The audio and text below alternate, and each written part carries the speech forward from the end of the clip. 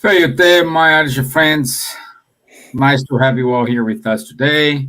It's Wednesday, 27th of October, 2021. It's 9 o'clock here in Ireland, in UK, 10 p.m. in France, but it's 3 p.m. in Chicago. Where is our guest today, Daniel Stiegel? He is with us, and he's in Chicago. So a little bit about Daniel. Daniel, he's living, as I said, in Chicago. He's 20 years old. He's bachelor's in business administration in physics, and also on top of this, he works with the youth youth group for the spirits group called Batuira in São Paulo. So, Daniel, welcome to our show today. Thank you for your availability and time to talk to us. Thank you all. It's a pleasure for me to be here. Good evening for all of us, all of you that are watching us tonight, or good afternoon, depending where you are. So I'm very happy to be here. Great, thank you. And so, just to remind you, today's topic is: do we know the educators, Jesus and Kardec? Okay. If you have any question, if you have any doubt, then please write in the comment box, and we will address your question. So I hijack the introduction. So Elsa, please. No, I'd like to say hello for my friends that are here, Marisa and the others, and the ones that are with us in this wonderful living tonight, live tonight, and say to you all, thank you so much for supporting us, for giving us the opportunity to be together and to talk together. So everyone, my regards, my great heart for everyone, and the special Daniel here, Stevan, Silvia, Charles. So, benefactors, thank you. Yeah. Ms. Gibbons? Yes. Hello, everyone. Good evening, good afternoon, good morning, whatever. It's always a great pleasure to be here, and it's a grateful time for us to be together. So welcome, Daniel. We're grateful to him for being here with us, and to everyone that's participating and sharing this moment with us. May God bless us all. Ms. Kempf? Bonjour, bonsoir à tous. Très heureux d'être à nouveau parmi vous ce soir. Je suis désolé, la semaine dernière, c'était le lendemain d'une petite chirurgie, donc c'était un peu délicat. Mais voilà, une semaine, et puis la bête se rétablit tout doucement, et puis elle est de nouveau là avec vous. Très heureux d'accueillir notre frère Daniel qui va nous parler donc de ces questions liées à la personnalité de Jésus. Hello, good morning, good afternoon, good evening to everyone.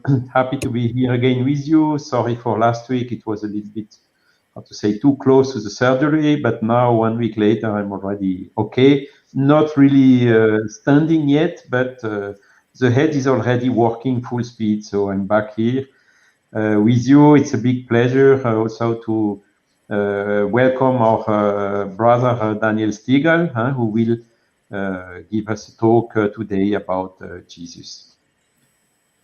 Great. Thank you.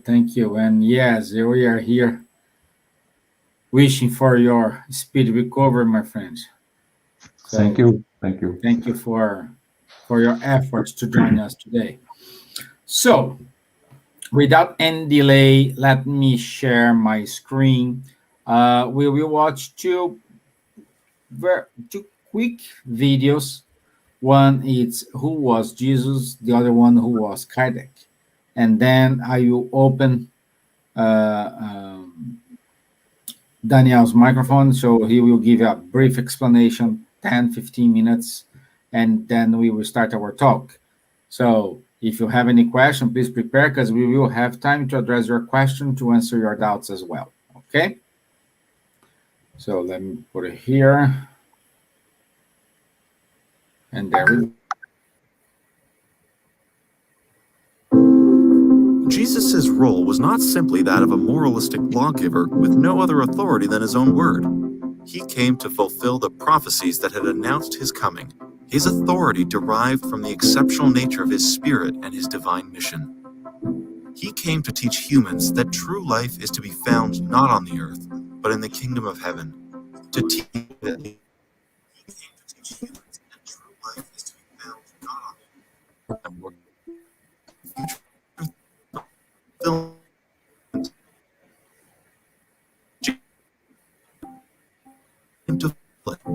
that develop meaning and to adapt it to the degree of humankind's advancement. That is why that in this law may be found the principle of duty to God and to one's neighbor.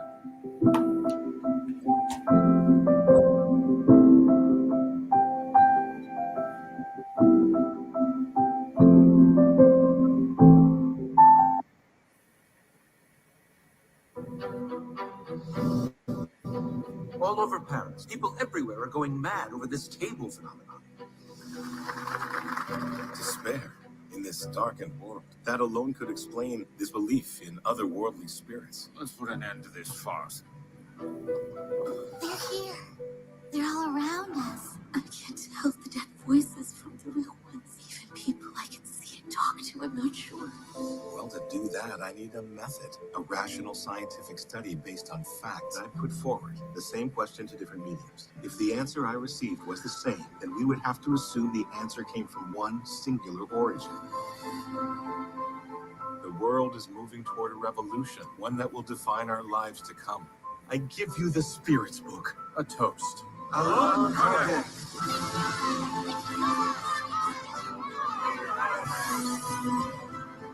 Maybe this is the result of my vanity. Those aren't the words of the man I married. Unshakable faith is that which is capable of facing reason without fear. That is the simple truth.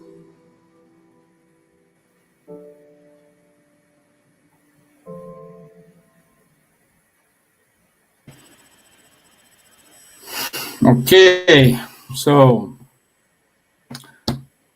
with these two brief introduction, I will open floor for Daniel. So Danny, it's your time, my friend. Thank you.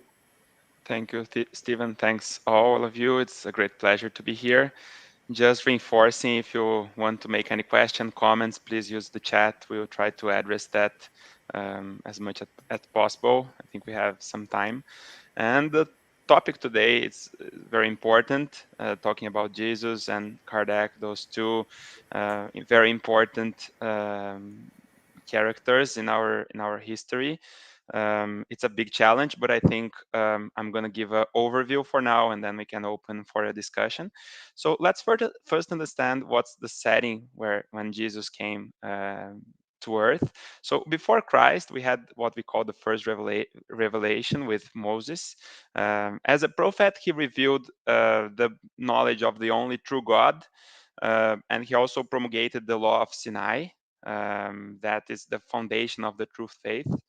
But as a man, he was the legislator of his people. So he created several transitory laws, let's put like this, that Christ reject those transitory laws, but he started building up in the ancient laws of what was eternal and divine.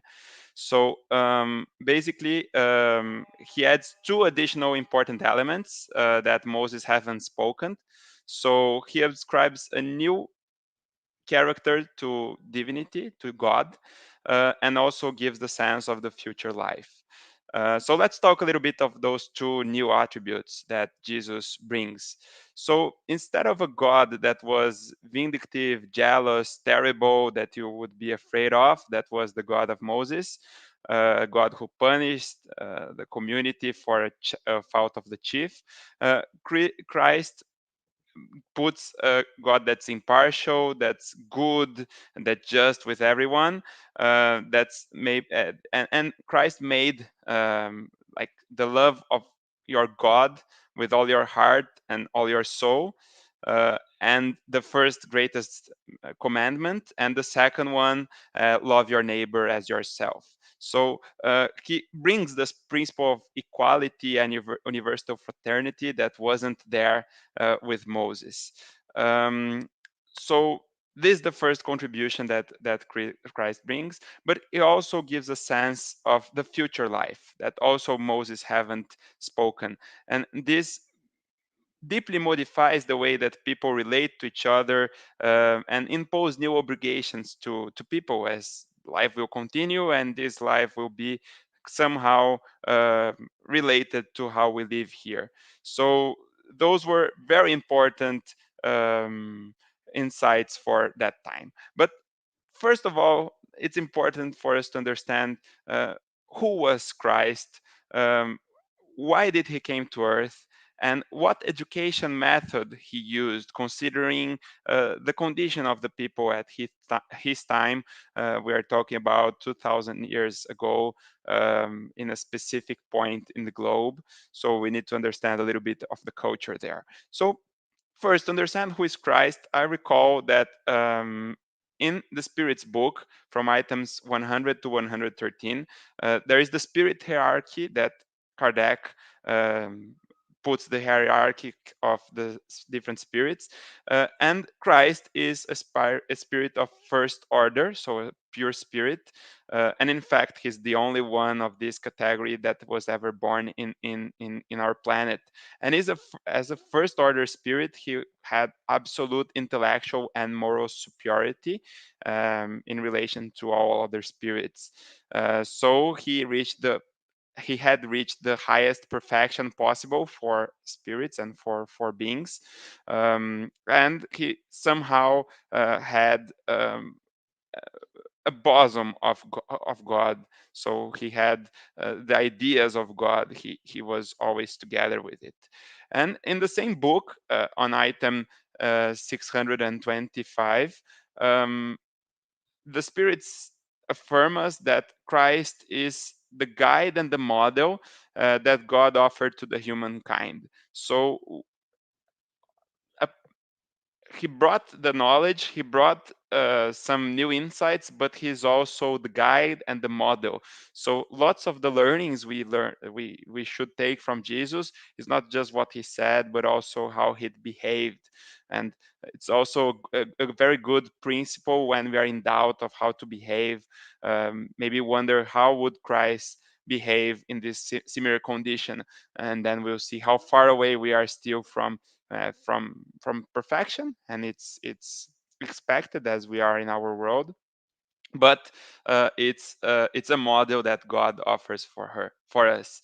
But although Christ made those important revelations that I just mentioned, he was unable to impart all the truth, right? So um, all that all the things he brought was already very disruptive for his time, and even like people that were super close to him did not fully understood that, and Christ was okay with that. So I think a very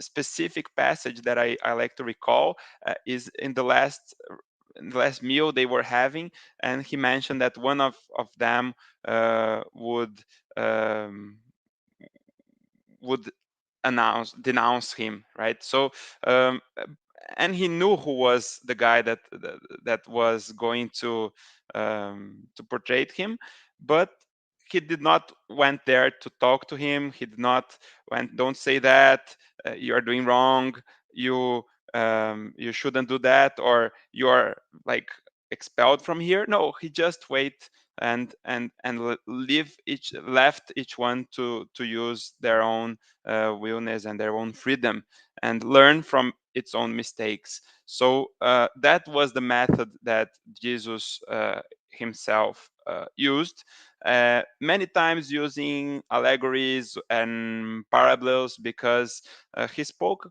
according to the time and the place he was. And he self adds that all I have spoken while still with you, But the Consolator of the Holy Spirit, whom the Father will send in my name, will teach you all the things and will remind you of everything I have said to you. This is in John. So Christ himself announces that he wasn't able to teach everything, and that someone will help us clearly understand that in the future.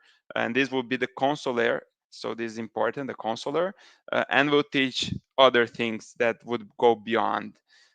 So that's a little bit about Jesus. And then we need to talk a little bit of Kardec as well. So what's the world that Kardec found?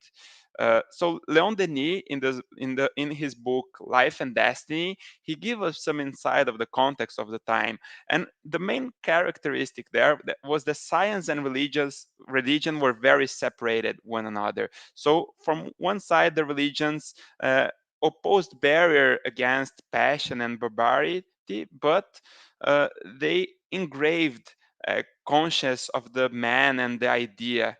So the dogmas and the rigid forms of present in religion immobilize the thoughts instead of inspiring flight.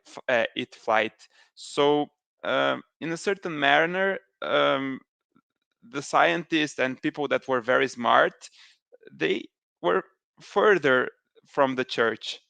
So we can recall what happened to like Copernicus, Galileo, and other scientists. So the church was very rigid with scientists and did not like that people think, while this was the natural thing for humans. Like we want to think, we want to have our ideas, we want to bring this for discussion, and religion was unable to do that on that time.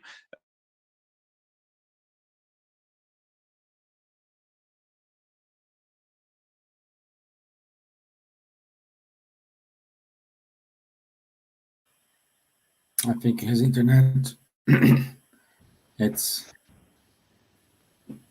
I had a problem with connection here. I mean,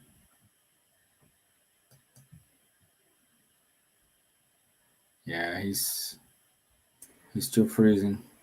I'll send a message in WhatsApp. Yeah.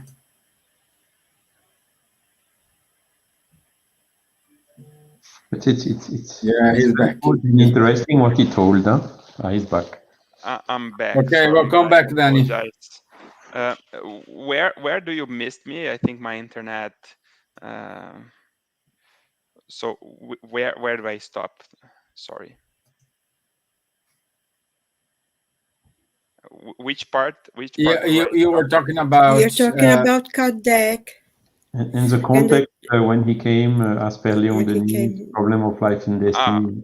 Okay, yeah. So what Leon Denis says about in the book Life and Destiny, of the context when Kardec came, was that science and religion were very separated one another. So in one side, the religion with its dogmas was immobilizing thoughts. So it's just like we recall what the church did with scientists such as Copernicus, Galileo. So the church was very rigid with scientists and did not stimulate people thinking. And this was very negative because all those scientists and thoughters were like going away from the church and from the religion, the blind faith that this created was followed by the unbelief, the materialism. So that was what happening with religion. On the other side, we have the science that was focused exclusively on studying the matter without considering the spiritual life and the personality of each one. So that was the context. And in this context, Professor Hippolyte Léon Denisard Rivail, who after adopted the pen name of Allan Kardec, he was born in France in 1804. And he graduated as a pedagogue at the Iredon Institute in Switzerland. And he was a student of Professor Pestalozzi. And in the school, he develops the observation skills, and based on the Pestalozzi method. And this helped him develop himself as an observer and as a scientist. That was very important for the development of Spiritism. He spoke several languages, so French, German, Dutch, Italian, Spanish. In fact, he worked as a translator for some education books for a while. He also had some scientific books he published himself. But by that time, there was the table turning phenomenon that was pretty common, and you saw in the video that we shared before. And particularly in France, this was very common, but it also happened around Europe and other countries. And he decided to study this phenomenon with the assumption that if the tables are able to give intelligent answers, there might be some intelligence behind. So Spiritism is based on a complete set of facts. So it's experimental when it studies the phenomenon, which is based, but it's also rational when verifying and teach and deriving the theory from those phenomenons. So everything that the spirits say is confirmed by experience, and every phenomenon that's observed experimentally is tried to be explained in a rational way. So that's the base of Spiritism. And the idea of Kardec was to build Spiritism in the same way that exact science, so implying the experimental method. So let's see an example that he mentions, Kardec. So there is a fact that some spirits don't know that they are that they have died. So they think they are still incarnated. So, however, some superior spirits who know it well could tell Kardec, like, there are some spirits in that condition. But wasn't that like what happened actually? What happened was that those superior spirits allowed that some spirits in this condition that didn't know that they have died, manifestations of those spirits that we could observe. So we could observe some spirits and talk to some spirits that didn't know that they have died, and understanding that there were some spirits in that state, and seeing that this was common, it was not like just one single spirit this happened, then we can imply that this could be a phase of spirit life, and we could write down some of the principles. So this is an example of spirits that didn't know that they have died, but this was also applicable for other phenomenons and other concepts that Spiritism brings. And the Spirit's book, that's one of the base of Spiritism, was based on millions of communications originated from different origins, from different countries, very unknown from each other, very independent from all over the world, that Kardec gathered after certifying its authenticity, the points that were agreed, the points that were in common. So typically what Kardec did was asking similar questions in different formats to different spirits to ensure that the spirits don't contradict themselves. Because it's not because the spirit is died that he knows all the truth. So it was very important to ensure that everything was real and truth. And an interesting fact we can see when we read the Spirit book is that several answers have "we already said," "as we already told you." So it's because Kardec many times asked the same question in different ways, so that there was no doubt and that everyone could understand. So that's a brief summary of those two important characters. And I'm open to questions and for the discussion. I hope I could give an overview to kick off our discussion here. Thank you, Daniel. Let me change the format here. By the way, I want to say thank you to all friends who are writing to us. Marisa from Brazil, Bruce from Oregon. Nice to have you here, Bruce. Beatriz. Someone I think is quite familiar for you, Danny. Marina Stigo. Yeah. Our dear friend Patricia. Let's see more. Atman Spirit. Good. Isabel Quirino. And Hipólito Rebolo. So good to have you all here and all the others who didn't leave a message, but it is watching us. So thank you very much. So who is a volunteer to kick the first question? So Daniel, you are how to say in administration and physics, living in US, in Chicago, and so on. So coming close to this, I would assume university ambient with professors and so on. How do you think is the spiritualist paradigm considered today in mainstream science?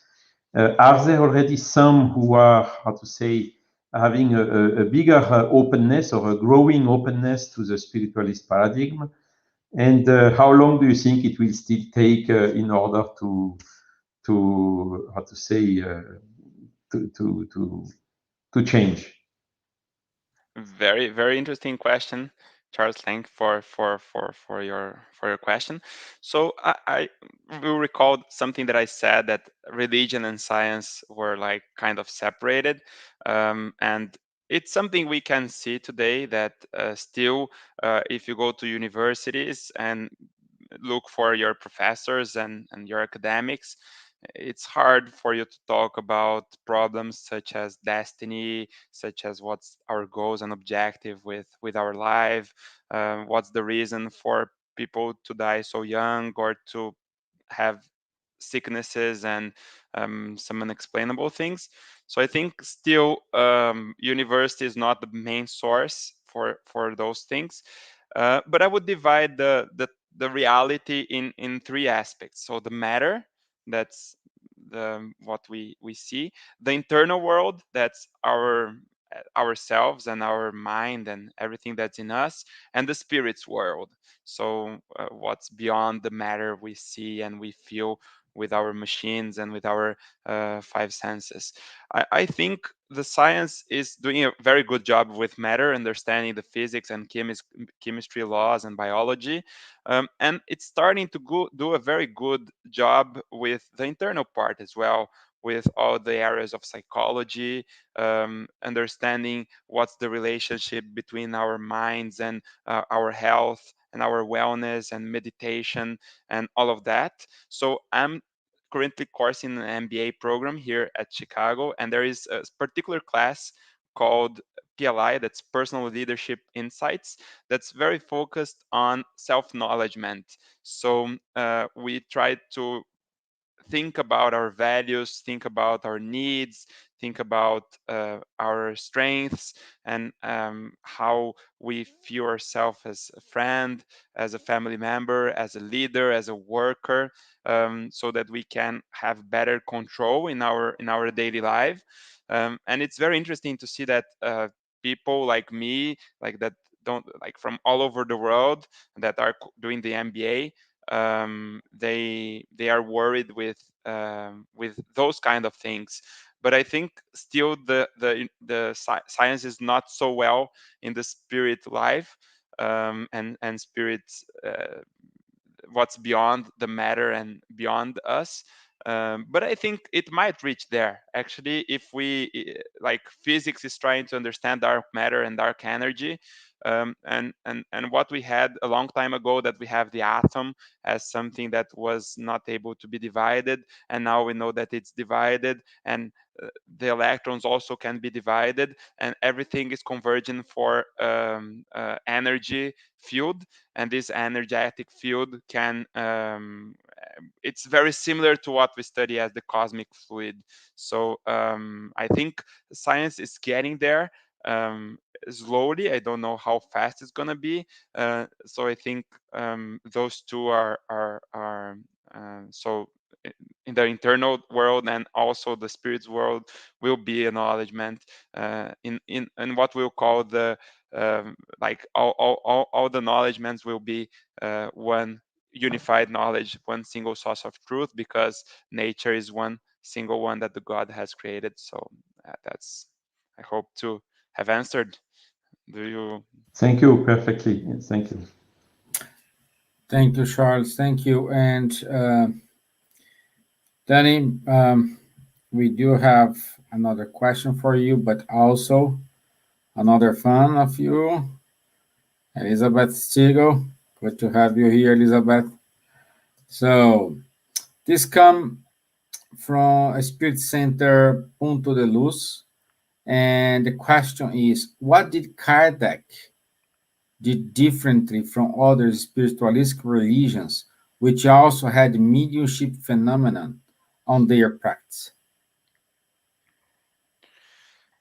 Okay, interesting question. Thanks a lot for sharing with us. And I think for sure I'm not a very well known expert of all the spiritualism religions that are out there. So I can talk a little bit about how I compare spiritism with an average um, spiritualism religion. I think is the part of study. So spiritism is very serious about that. Even if you have a sensibility, a mediumship, um, if you follow Kardec, it's important for you to study, for you developing it together with the knowledge, to be able to control that, to be able to understand the importance and the challenge that has. It actually has a whole book on the 5 books of Kardec that's specifically dedicated for this phenomenon. While my impression, again, with not a deep knowledge of all spiritualism religions, is that some of them you jump into the phenomenon, you do the manifestations, you learn how to control it because you've lived it several times, but with less education on why does this happen, what's the utility of that, why God allows this phenomenon to happen, what's the importance of this. So I think those are the main difference. So the part of the study and the scientific part that's behind spiritism and what Kardec brings makes it very complete, in the sense that we can say that spiritism is a science, a philosophy, and a religion. And we have many important applicabilities of mediumship in our spiritism, but we also need to be careful and be aware that not all the answers will come from through a communication, a mediumship communication. So we cannot expect spirits to reveal us things that we could discover alone with our work, with our effort. So it's always important to be aware of that. And again, we cannot consider that every spirit is the source of truth just because it's a spirit.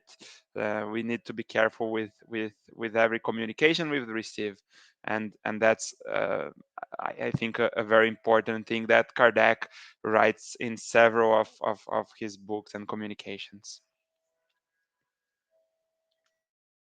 I think, can I Thank speak a little you. bit? Thank you.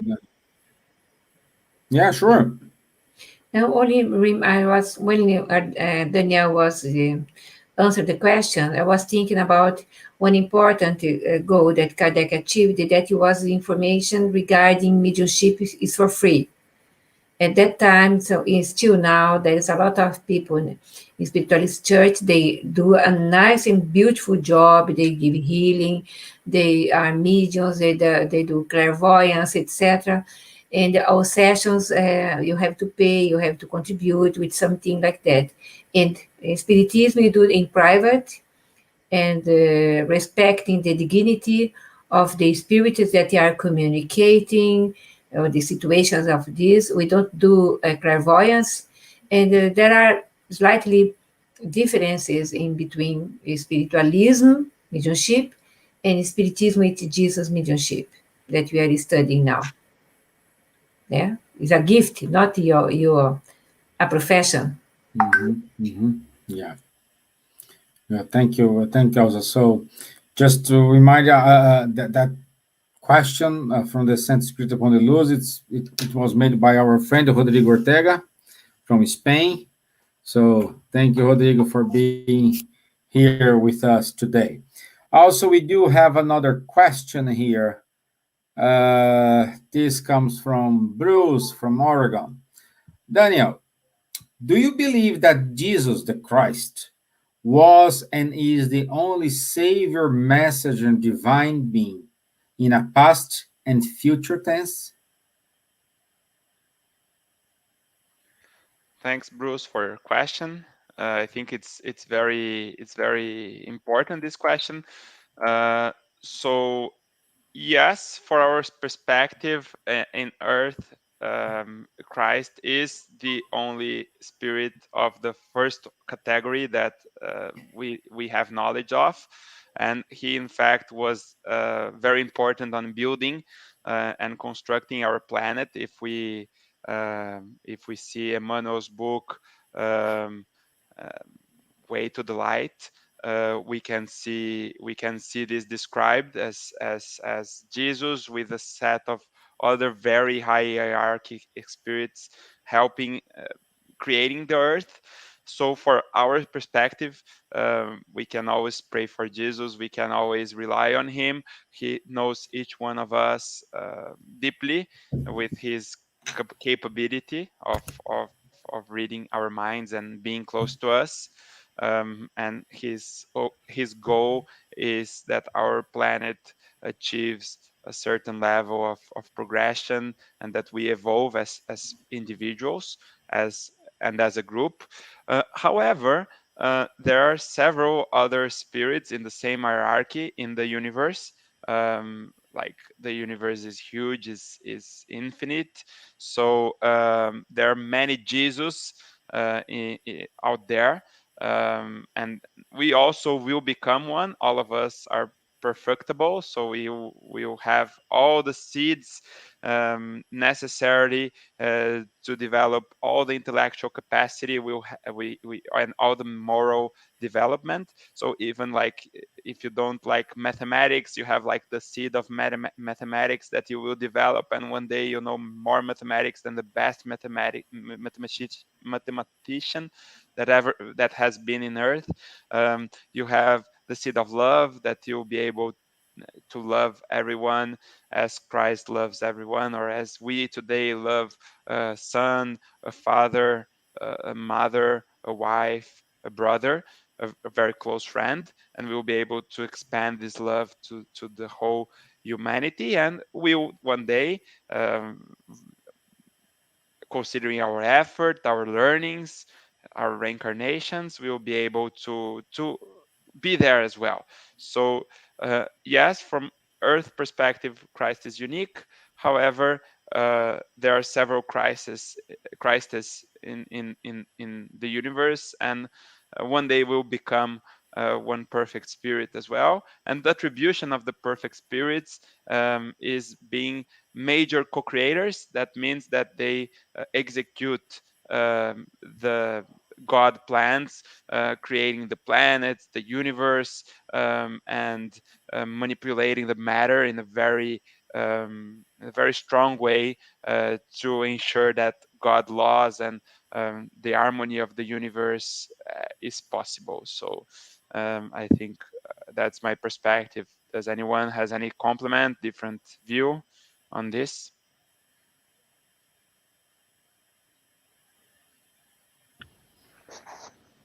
Yes, I may add,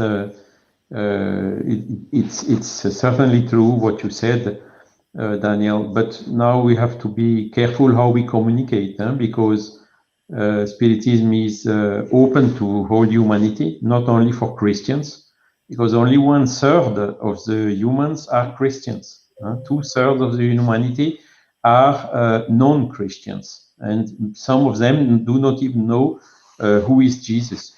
And they, on the other side, they follow other big leaders and elevated spirits like Buddha, like Confucius, like Lao Tzu, like Muhammad, or whoever. So I think we should present this as a whole team of good spirits who are here to assist our Earth in the evolution, who came in all the countries at all the times, different places, to bring the teachings, as we have seen, as you explained very well, Moses, and then Jesus, and then the spirits of truth helping Kardec. So we have to see this as a spiritual team of elevated spirits who we have some difficulties. It may be true that Jesus is the leader of that team, but maybe not. What is important is not to individualize those elevated spirits, as Kardec always was saying, is to say, okay, Jesus was really an outstanding one, but not the only one. And this then comes with a dialogue and a discourse which is really opening to also to the whole humanity, and not restricting or bringing some discomfort or uncomfort to some people from cultures who do not know even who is Jesus.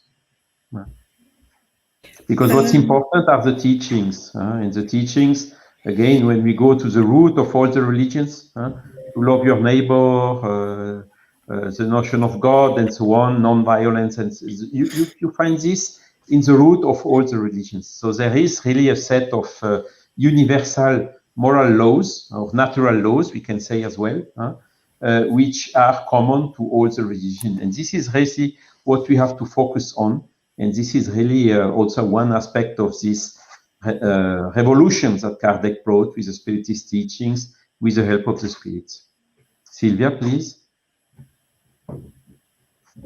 No, I was just going to say that that there are many beliefs, and of course we know that all the religions in Spiritism, we respect everybody, and I think just the point that you made, that Jesus, what the laws that he brought, the things that he taught us, is for everyone, is irrelevant even for people who don't have any religion at all. They can be atheists, but they live a life of kindness and caring, a high moral life. It doesn't, of course, when you believe in God, it's easier sometimes to do this, but there are many people, they call themselves humanists, whatever it is, or they don't believe in a God as they believe, because sometimes the church have been quite difficult in teaching things. But if you live a moral life, if you live a good life, and you are a good person, and you care for others, you are a good person. So you don't need as such a religion. So that's why in Spiritism we accept that everyone is welcome and they can accept it. But we do have Jesus as a model and guide.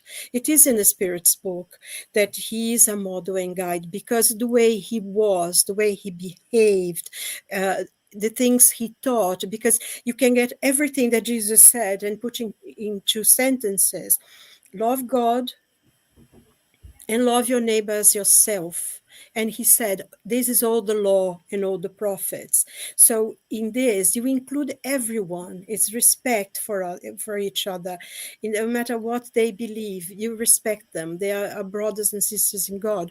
And I think this is very important sometimes to them, because the teachings of Jesus, in a way, brought together all the things that had gone before and came since. Because if you love God and your neighbor as yourself, imagine if we could put this into practice, we would have a very loving and peaceful world, because we would treat people the way we want them to treat us. And unfortunately, until this, we don't have that. But also, I think the teachings of Jesus, to me anyway, it comes to the point that Jesus didn't teach us so that we could go to heaven, but that we could build heaven on earth. I think this is what the teachings, and that's what he did. He forgave, he was loving, he was caring. When he had to say you are doing wrong, he had the courage to say that. But he, even those, he welcomed them. And I think this is very important, because the teachings that he left us, and it's integrated in almost everything. You're learning Sufism, in the Chinese, what you name, let's say, and all that knowledge, it sort of came together in the teachings of Jesus. So for us to build on earth heaven, not to wait to go to heaven with the teachings, and I think that's how I see it, and it's very, very important for us to be integrating and loving to everyone. But we cannot deny that Jesus was, like a spirit said, he was the messenger of God. He was a divine Messiah. And we need to validate his role in our understanding of this planet, and of spiritism, and of all religion. He was a very a messenger, a divine messenger. He was a divine Messiah, and he was a spokesman for God. He was medium of God, as they said. So I think we have to validate his role in respecting everybody, of course, and being welcoming to all. But I personally, I think we need to put Jesus as in a role that he represents to our planet. Thank you. Yeah, you brought very, very nice perspectives. Thanks for your contribution. I think there is a very interesting analogy that once I heard in a young youth group reunion, where someone asked, like, what's spiritism for you guys? And one of the girls gave a very good answer. That was, imagine a very dark room, a very, very, very dark room, and you try to see and you can't. And suddenly a light appears, and this light shows you the room and shows you it's a complete mess, and that everything, it's not well organized, and so the light is not going to fix anything for you. The light is just showing you what you need to do, and that light for her was spiritism. So that's could be also included for Christianism, or Christianism, or on any other religion. The point of having a particular religion, or of believing on spiritism or any other religion, don't makes you better or worse. It's not gonna fix you the room. So the point is, we always in spiritism say that you should look at the principles, you should apply your knowledge, you should apply, you should think, and you should reject what you don't agree. However, if you agree and you want to be a truth spiritism follower, you need to behave the way that spiritism suggests you to, and it suggests based on a certain rules and certain principles, very well explained, and those behaviors are not exclusive for spiritists, so for spiritism followers. So it's the charity, is the love, is treating everyone well, is focusing on our study and developing each of the attributes that will make us a perfect spirit in the future. So of course, it's a talent, it's a resource, a tool that can help us, but we need to put effort. We need to try our best, and anyone can do that independently from which faith the person has. So we have many people that follow other religions or don't follow any religion at all, that behave extremely well, aligned with the principles that Christianism and Spiritism bring us. That's, after all, the fraternity, the love, the charity. Elsa, I think you have a comment here. No, I was pointing because I want to speak after you, but you can't finish yours. No, I'm done. I talked a lot. Please do contribute. No, only share. I said this many times before, because studying with us in our Spiritist Center here in London, we have people that came from the non-Christian background. They like so much studying the Spirit's book the gospel. And sometimes they say to us comparison with some teachings from the gospel with their teachings from their books, okay, their fundamental books, and they are the same. Really, they are the same. So, as Silvia pointed very well, the concepts of Christ or Jesus, because Christ was the name here, because there is a many Christs on the planets. But the concept of Jesus, teachings of Jesus, is everywhere. All religions have the same because they are fundamental for evolve the planet. Yeah.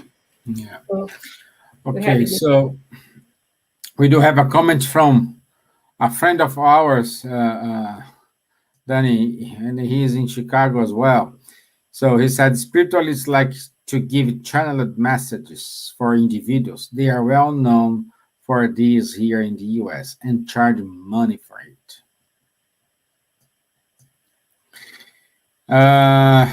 Let me see here. We do have another question from our friends in Spain.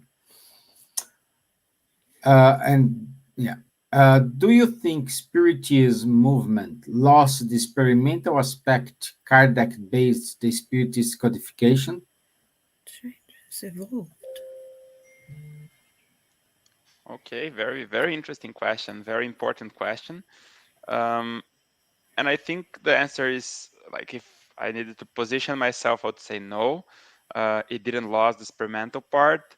However, I think the phenomenons had decreased the number of more impressive phenomenons with materializations and the tables that happened more frequently in Kardec's time, because that was important to attract the attention of scientists and people like Kardec and other scientists that were part of the Spiritism Society at that time, and supported Kardec in his studies and his research. So those kind of phenomena, yes, had decreased, but we see other kinds of phenomena that are experiments all the time. So we see communications, we see healings, dreams.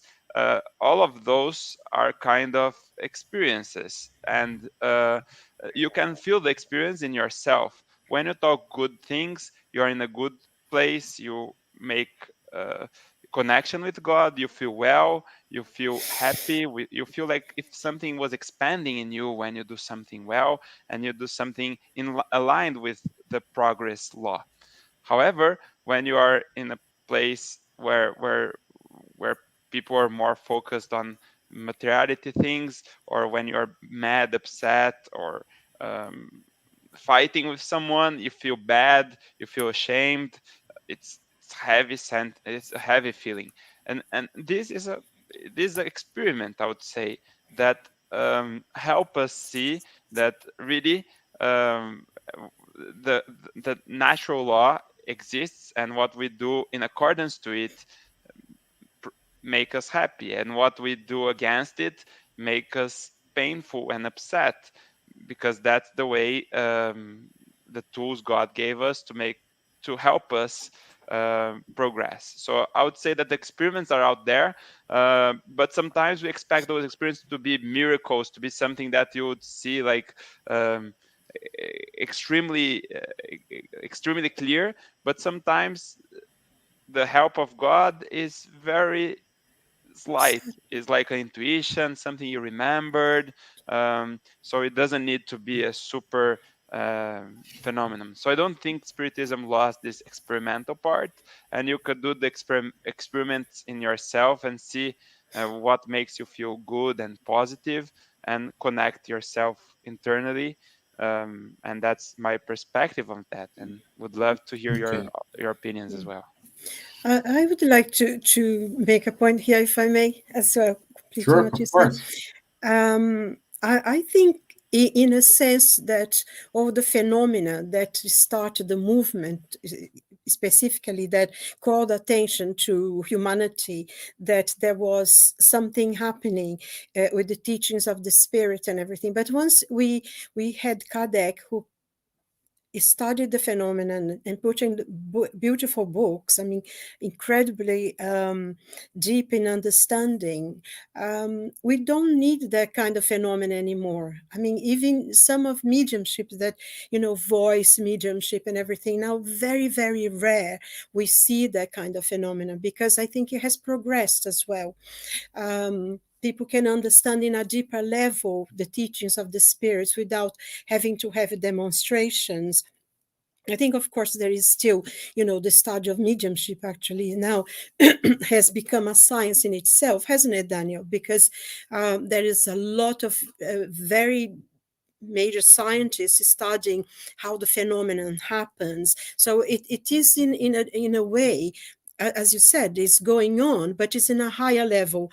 Now you don't need to have tables moving around. People can quite easily accept in an intellectual level. And we are progressing in the studying of mediumship, how the phenomena happens, what makes a person a medium and what's required of a medium. And basically all the basic studies in the medium's book, and is in the first books of that Kardec put together.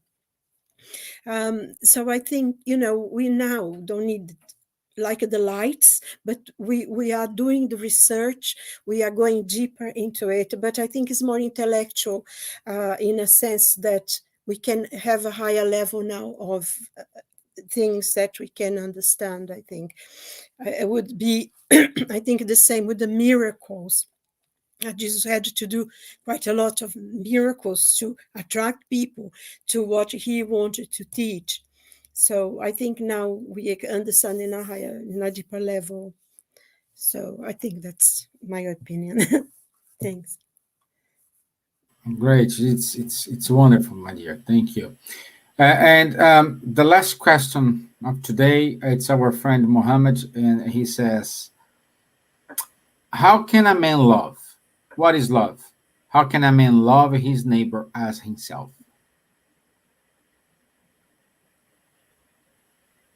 That's a very beautiful question and difficult to answer, especially in our current level. But I would say that love is a seed that God put on us, that is able to manifest itself when we have situations of pain in very close people from us. So let me give you an example. When you have a mother or a child or someone that's very close to you passing through a very tough situation, let's say that this person needs to pass through a surgery, and you say, like, I wished I would pass through this surgery in the place of the person. I want to help. I want to do everything I can, like to help this person, even better than me. I think that's the first signs of love that emerge for us, that we are able to understand and see and feel in our current life. But it's, as I said, it's a seed that each step on our evolution, we make it bigger and bigger and bigger and bigger. Although we are not able still yet to love everyone and to love all our neighbors, we can feel it selectively with some people, and more as we come over and over again. But yeah, it's a very abstract concept, and I would love to hear compliments from you all. Love is basically, because you told it before, the example and the behavior of Jesus. He put the love in practice and showed us what love is. That's if we would like to summarize the gospel in one word, it would be love.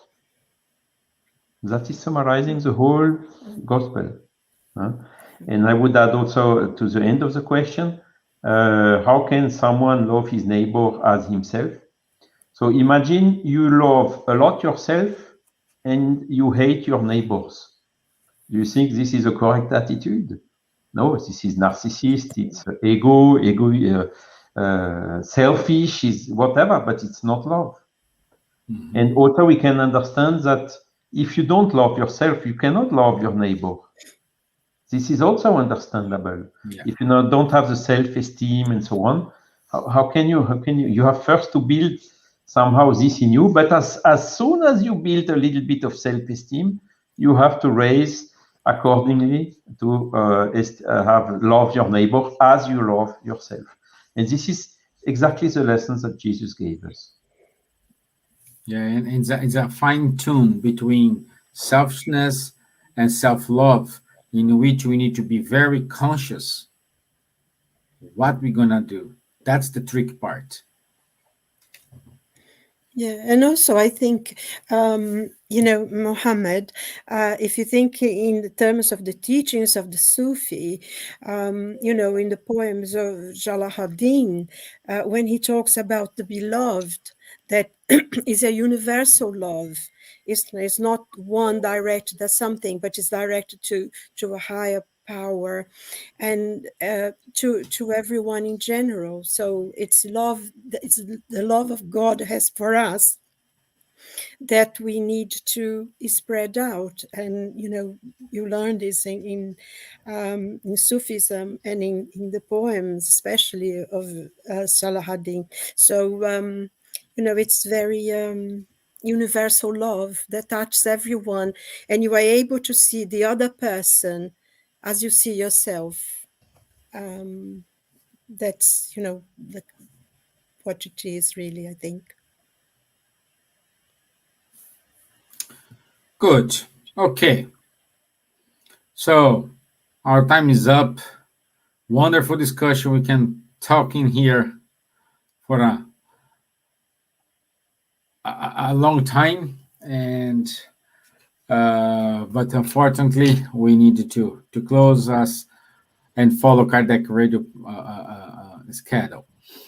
So, but before we leave, I want to say thank you, Danny, for your availability. It's well done, well presented, well explained. So, thank you very much for your putting your skin on the game here. It's very valuable. So, and it's open doors.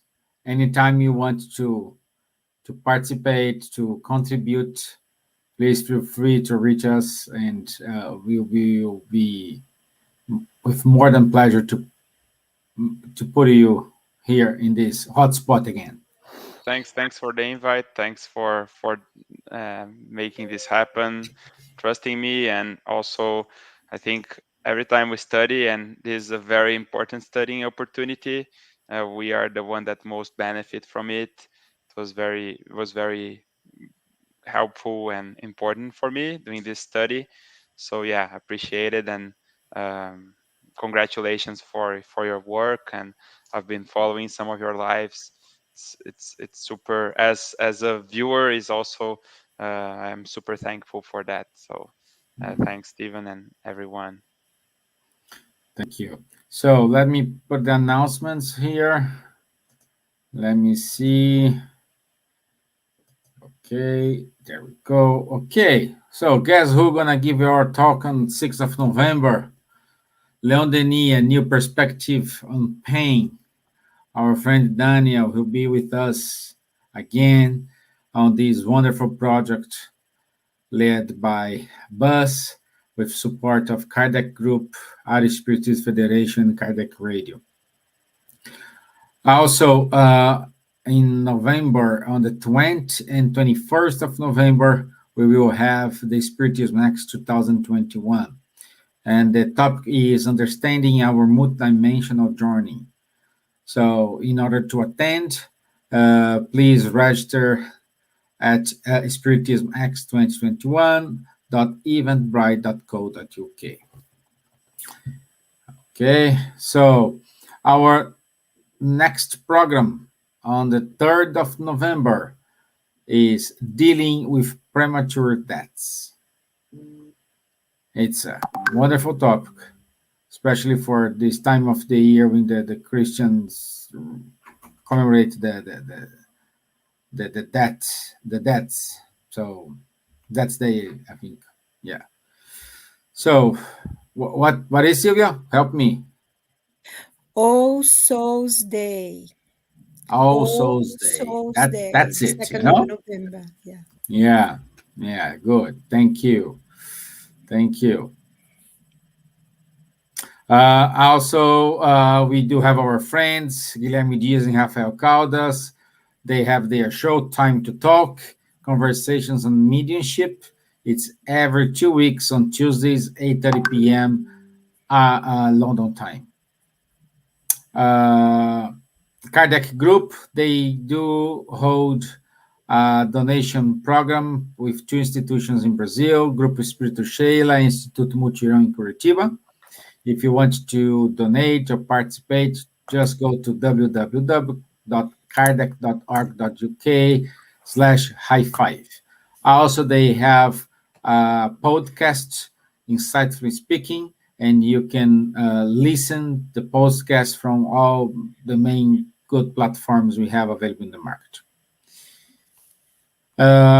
Our friends from Spiritism Medical friends, they will have the 2nd virtual International Spiritism Medical Congress. There is no date here. Oh, yes, it's on November 2021, Elsa. Same day than the Spiritism Next. Yeah. 20 and 21st. Yeah, 21st. Yeah, okay, yeah. Okay. And International Spiritist Youth Group, Sembradores de Luz. They are doing a wonderful job in Portuguese, in English, and Spanish, with wonderful teachings for our children and youth. So the next event is on Saturday, November the 6th, just after Daniel talk. So it will be here in Ireland and the UK around 6 o'clock, something, 6 p.m. here. So, and I think, and just remind you, because this Sunday, our clocks will change. So we're gonna lose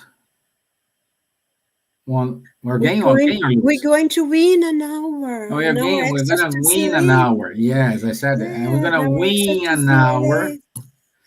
Yeah, we're gonna win an hour. Therefore, for you guys who are in the US, like New York time, our show will start at 4 p.m. In Chicago, probably 5 p.m. San Diego, 1 p.m. Brazil and Uruguay, 6 p.m. Okay? So be aware. And I think in the following week, you guys in US will change clocks as well. So we'll go back to the normal time. Okay? So that's it from us today. I want to say thank you for everyone. Thank you for all the participation. Great questions we had today. Great visibility. It's amazing to have you. Thank you, Kardec Radio, for supporting us. Thank you, Charles. You are Merci. a wonderful person. Wonderful to see you, Charles. Ms. Gibbons, Elsa, Danny, thank you very much. I'll see you all next week. Thank you. Bye-bye. Yes. Thank you, Danielle. Bye. Be together on 6th of November.